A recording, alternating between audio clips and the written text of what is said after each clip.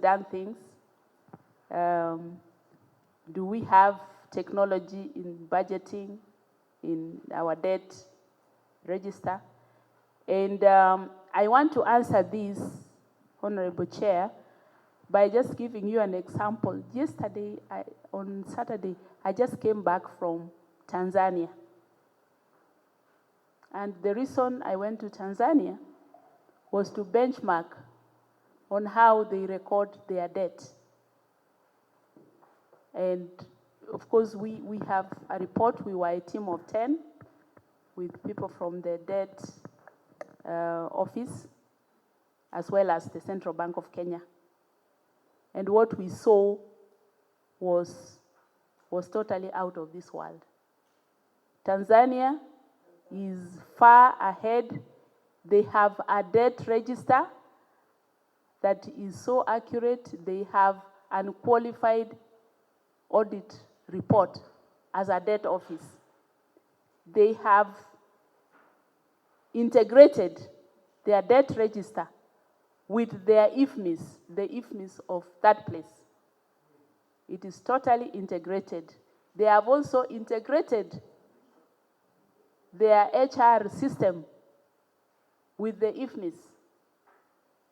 And they are already on accrual basis of accounting, as well as the Treasury single account. And so everybody in Tanzania, from parliament to police, all get their salaries the same day at the press of a button. So all their systems are integrated. Now, I can tell you that our treasury here has this system, but as a standalone. It is called Meridian. Meridian is a debt tracking, a public debt tracking system. But if it is not integrated with the other systems, then it cannot work. It still gives us piecemeal information. So in Tanzania, with their single treasury account, they are able to manage their cash flows in such a way that overdraft is a vocabulary they don't use. All the government cash flows are managed together. Indeed, we found that their debt is requisitioned 1 month in advance on a schedule. So there is a lot more that we saw in a system that works, a system that is integrated and where systems are operating. So what we found.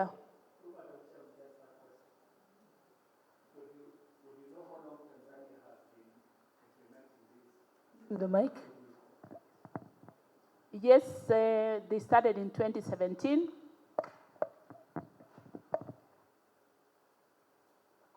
They started in 2017 implementing the debt register, and currently they have perfected now the integration of all those.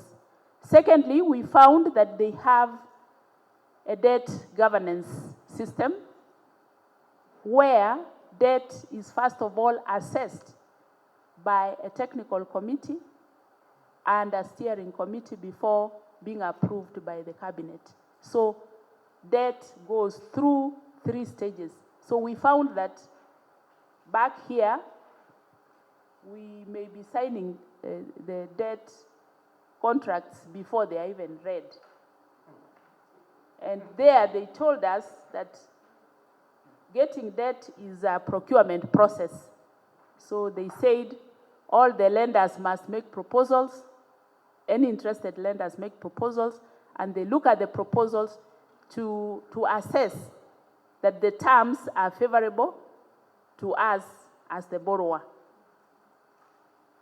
So the whole debt governance process, we found could be our Waterloo, because here we are not going through that procurement process. It's really a concept that you get the most favorable terms for your borrowing, so that you are not surprised when the lender tells you are supposed to pay this, you're supposed to pay that, and you are not even prepared for that. So you went further to ask, Is there any reason why we should listen to what the Bretton Woods tell us? For instance, they told us lay off the staff in the 1990s, and later they told us this and that. That is precisely the reason for the governance process of how we deal with the lenders. Whatever conditions they give must be thoroughly scrutinized in the interest of the country as a borrower. So sometimes their interest may outweigh our interest. So it's not always that they want us to do things because they think it's good for us. It is just that the things they tell us are good for them and not necessarily good for us. Is there a possibility that we may have a debt-free Kenya? I cannot promise you that. And it's not even a good thing to be debt-free. But if you borrow and put what you borrow into productive sectors of the economy, it is self-balancing. Ultimately, you will find that you require less and less of the debt. So, even if you will not go down to zero, you will have what we call a sustainable debt, which will leave space for future generations to borrow. Right now, where we are, it's like we have borrowed for all the generations that are coming behind us.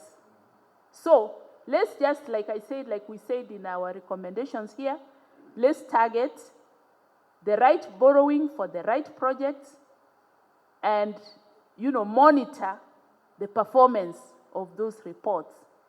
Borrow when we are ready. There are a lot of leakages that we can avoid. We really don't have to pay as much as we are borrowing. And that's why I gave you all those other details. Do we really have to outlay all that we are outlaying? No. So, if we are moving towards a debt-free Kenya, let's first of all begin by moving from 10 trillion to 5. Yeah? Let our total debt be 5 trillion, and we'll be doing very well, I assure you, Mheshimiwa. So, we went ahead to ask, are there any debt-free companies, and should we aspire to this? And I remember countries. I am not aware of any.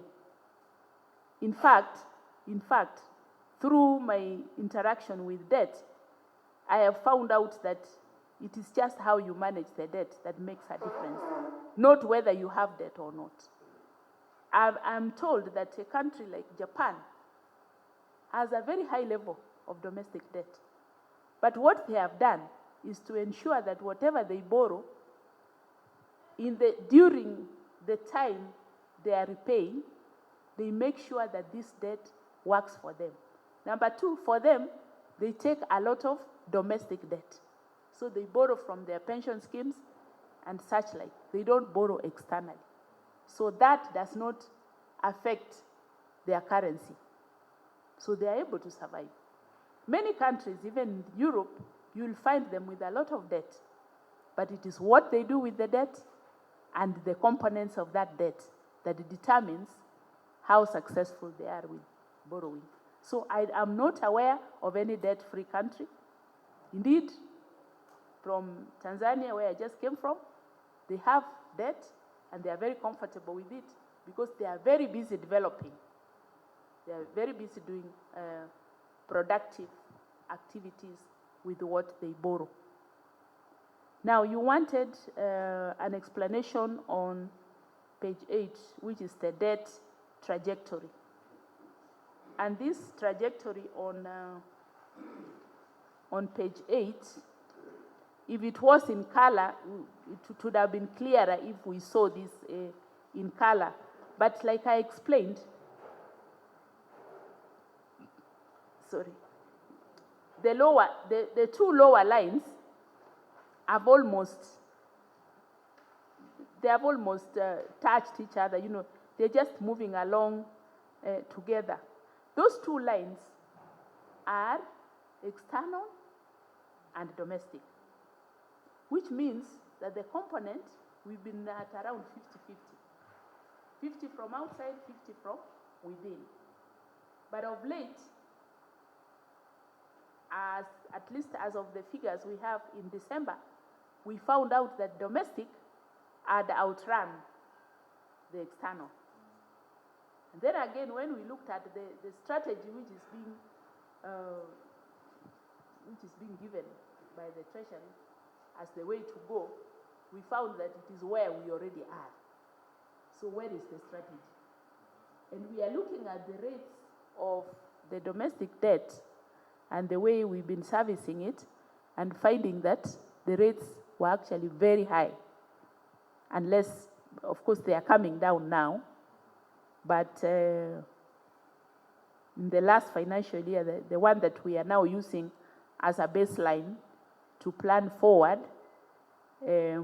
we found out that a lot of debt was domestic, and the rates were a lot higher than even for external debt, especially where the shilling was strong, and so it was cheaper to borrow externally.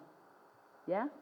So what we are saying here is that if we continue in that trajectory, if we continue taking domestic debt under those rates, definitely it is going to be harmful to the economy, because it crowds out the businesses borrowing within the country. So really, that's what we are saying. And on page 9, you looked at the allocation to debt that has been growing, so that, again, like I have said, the benefits of that currency, the shilling strengthening against the dollar, have not really benefited us, because instead we continued borrowing domestically. Secondly, we were borrowing domestically for shorter and shorter durations. Again, we are saying the shorter the borrowing time, the more the pressure on the cash flows. So you will see, if you've been reading that, the review of the investment market, that the Kenyans have been going more for the 3-month treasury bill rather than the 1 year. So they would rather take 3 months or 6 months maximum, not 1 year. But why is that the case?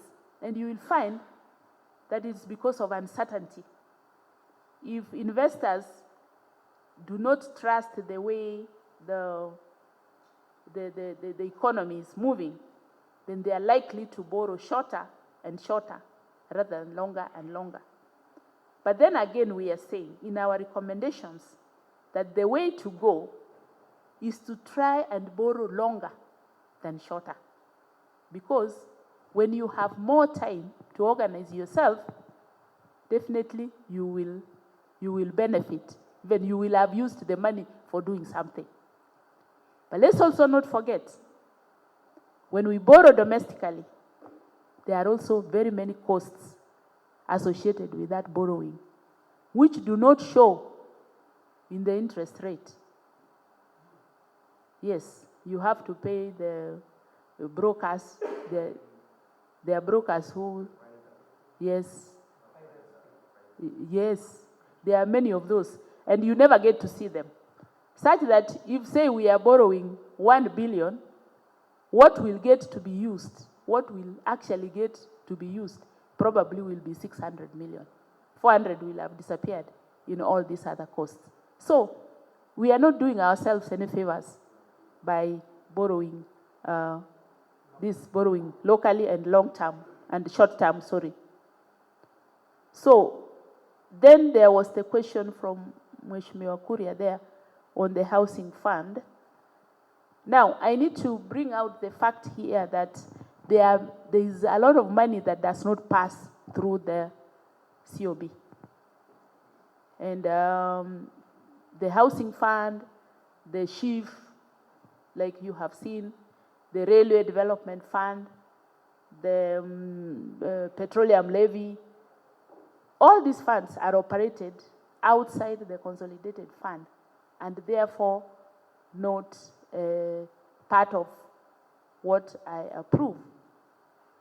Now, these funds, they are also covered in the law, and it says they are funds that for one reason or another may be operated outside the consolidated fund.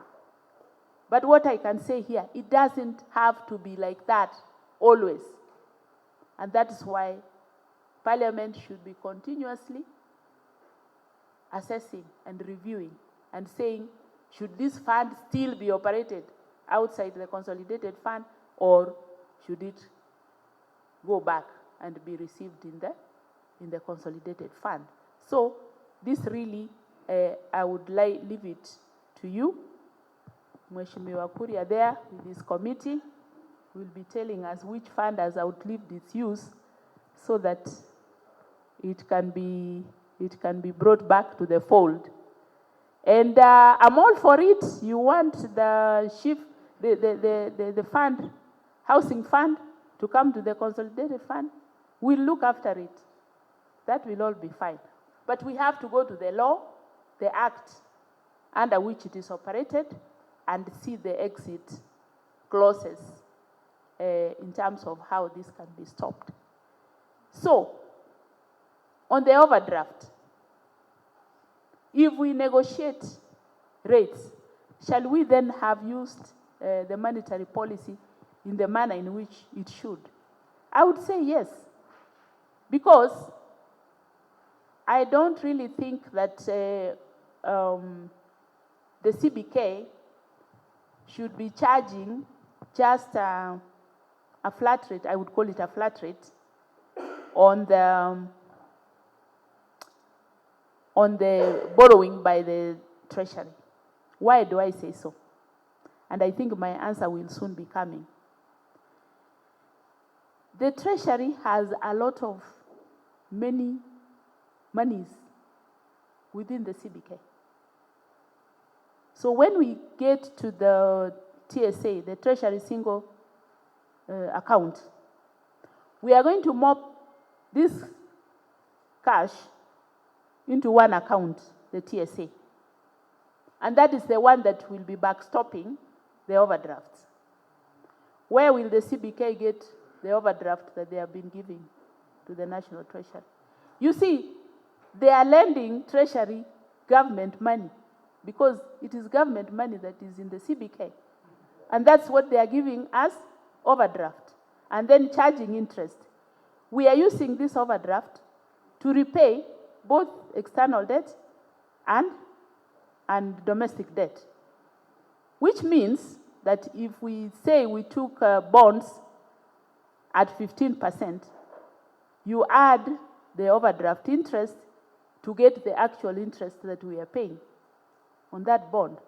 So the hole we are digging gets deeper and deeper by the day.